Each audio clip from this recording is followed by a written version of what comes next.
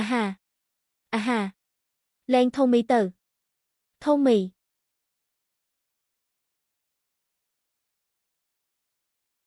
លែងខ្ញុំទៅធំមីសូហ្វីបាក់មកជួយកូនហើយ Sophie ស្ងប់ចិត្តទៅគាត់គ្រាន់តែត្រូវគេឃុំទុកប៉ុណ្ណោះ ខ្ញុំស្មានថាអ្នកដឹងហើយថាវាពិបាកប៉ុណ្ណាដែលខ្លាចជាម្ដាយធ្វើការអ្នកគួរតែនៅផ្ទះចិញ្ចឹមកូនមិនមែនមកធ្វើការនៅក្នុងការិយាល័យបែបនេះទេអ្នកធ្វើឲ្យការិយាល័យរញ៉េញ៉ៃអស់ហើយពួកយើងពិតជាសេះណាស់ដែលត្រូវធ្វើការជាមួយម្ដាយដែលមិនទាន់រៀបការនិងគ្មានសីលធម៌ដូចអ្នក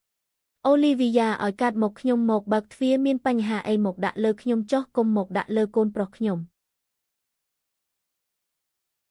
សំបីតែខ្ញុំក៏អាចបើកវាបានដែរនៅពេលនេះប៉ុន្តែមិនអីទេទុកឲ្យក្មេងចង្រៃនោះដេកគិតបន្តិចនៅក្នុងនោះទៅម៉ាក់ជួយកូនផងម៉ាក់ធំមីកូនដកដង្ហើមបានទេធំមីដកដង្ហើមវែងធំមីលែងខ្ញុំទៅ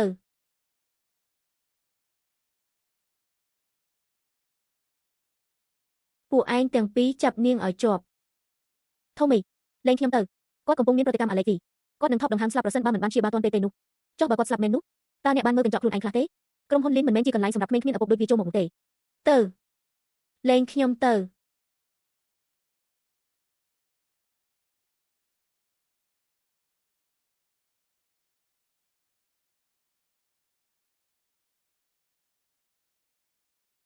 ដកដៃចេញ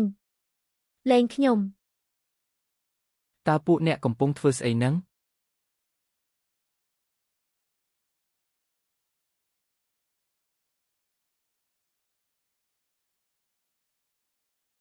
ជួយធំមីផងលោកលីមជួយខ្ញុំផងជួយធំមីផងជួយធំមីផងចេញទៅម្ខាងធំមីភ្ញាក់ឡើងកុំធ្វើឲ្យម៉ាក់ភ័យអីសូមអង្វរធំមីគាត់កំពុងមានប្រតិកម្មអាឡែហ្ស៊ីមិនអីទេខ្ញុំមានថ្នាំបញ្ចុកថ្នាំឲ្យគាត់ទៅលីមធំមី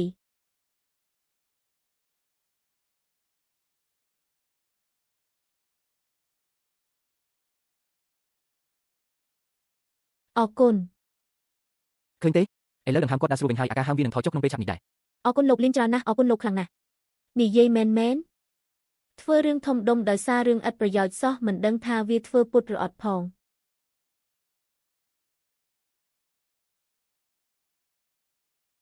មិញនឹងឯងហៅអ្នកណាថាក្មេងចង្រៃ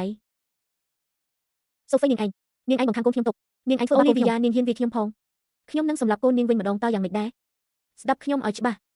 កុំមើងងាយទឹកចិត្តម្ដាយឲ្យសោះបើនាងហ៊ានធ្វើបាបធំមីម្ដងទៀតទោះបីជាខ្ញុំត្រូវធ្លាក់នរកក៏ខ្ញុំអូសក្បាលនាងទៅជាមួយដែរនាង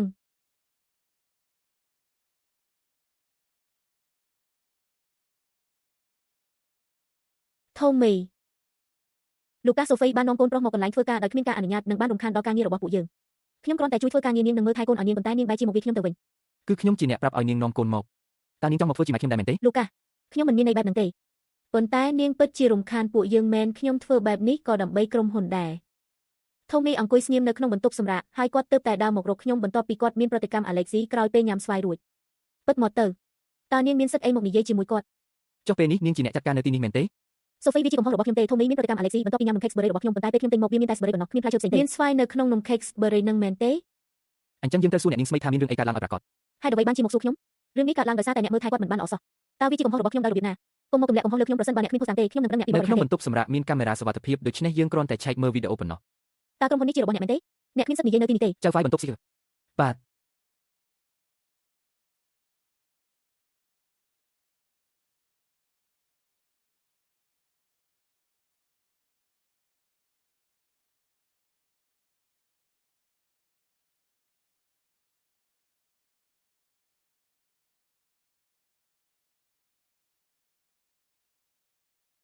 អូលីវីយ៉ានាងបានធ្វើបាបក្មេងនាងស្ទើរតែសម្លាប់មនុស្សម្នាក់នៅទីនេះទៅហើយនាងត្រូវបានបណ្តេញចេញពីក្រុមហ៊ុននេះហើយអ្នកទាំងពីរនឹងត្រូវកាត់ប្រាក់ខែមួយត្រីមាសលូកាសគ្រួសារយើងជាមិត្តល្អនឹងគ្នាណាស់តើអ្នកដេញខ្ញុំចេញមែនឬក្រុមហ៊ុនលីននឹងមិនរក្សាមនុស្សដែលមានចិត្តអាក្រក់ទុកនោះទេម៉ាក់ដៃកូនឈឺខ្លាំងណាស់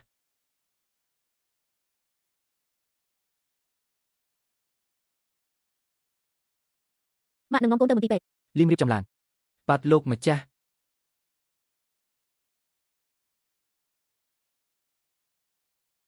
ម៉ាក់អូ2ថ្ងៃហើយហេតុអ្វីបានជាមិនទាន់មានដំណឹងអីទៀត លោកលីនជាន់ខ្ពស់កុំបារម្ភអីគ្រាន់តែរងចាំបន្តទៀតទៅលោកប្រកាសជាទទួលបានដំណឹងល្អមិនខាន នេះលោកតាញ៉ាំទៅ មិនអីទេចៅចៃញ៉ាំទៅគ្រប់គ្នាមានចៅប្រុសទាំងអស់លើកលែងតែខ្ញុំហេតុអ្វីបានជាឯងមិនមែនជាចៅប្រុសរបស់ខ្ញុំលោកទើបតែបានឃើញគាត់ម្ដងប៉ុណ្ណោះទោះបីជាលោកបានឃើញគាត់ម្ដងទៀតក៏លោកប្រហែលជាចំណាំគាត់មិនបានដែរអ្នកណាត់ហាគាត់ជាចៅប្រុសរបស់ខ្ញុំទោះបីជាមុខគាត់ហើមយ៉ាងណាក៏ដោយក៏ខ្ញុំនៅតែចំណាំគាត់បានដែរ លោកគ្រូពេទ្យលោកគ្រូពេទ្យសូមជួយកូនប្រុសខ្ញុំផងលោកគ្រូពេទ្យសូមជួយកូនប្រុសខ្ញុំផង តើមានរឿងអីកើតឡើងចំពោះគាត់ក្មេងគួរឲ្យអាណិតម្នាក់នេះហេតុអ្វីបានជាមុខរបស់គាត់ហាមអស់អញ្ចឹង គាត់មានប្រតិកម្មជាមួយស្វាយហើយថែមទាំងឈឺដៃដែលរបួសទៀត ហេតុអ្វីបានជាអ្នក twist ប្រហែសបែបនេះឲ្យខ្ញុំមើលបន្តិចមើល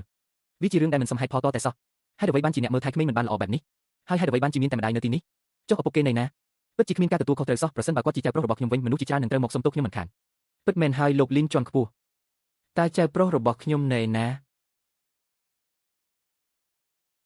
លោកលីនជាន់ខ្ពស់លោកគ្រូពេទ្យលោកគ្រូពេទ្យ លោកគ្រូពេទ្យតែឥឡូវគាត់យ៉ាងម៉េចហើយ គាត់បានលេបថ្នាំទាន់ពេលដូច្នេះគាត់មិនអីទេអាការហាមរបស់គាត់បានបាត់អស់ហើយដៃរបស់គាត់ក៏ដូចគ្នាដែរ តើមានបញ្ហាអ្វីជាមួយវា វាបានរងរបួសម្ដងទៀតប៉ុន្តែលើកនេះវាធ្ងន់ធ្ងរជាងមុន លោកគ្រូពេទ្យលោកត្រូវតែជួយសង្គ្រោះគាត់ នៅក្នុងស្ថានភាពបែបនេះមានតែប្រធានគ្រូពេទ្យទេទើបអាចព្យាបាលគាត់បាន ចុះពេលនេះលោកប្រធានពេទ្យនៅណា លោកប្រធានវះកាត់កំពុងតែព្យាបាលអ្នកជំងឺវេទម្នាក់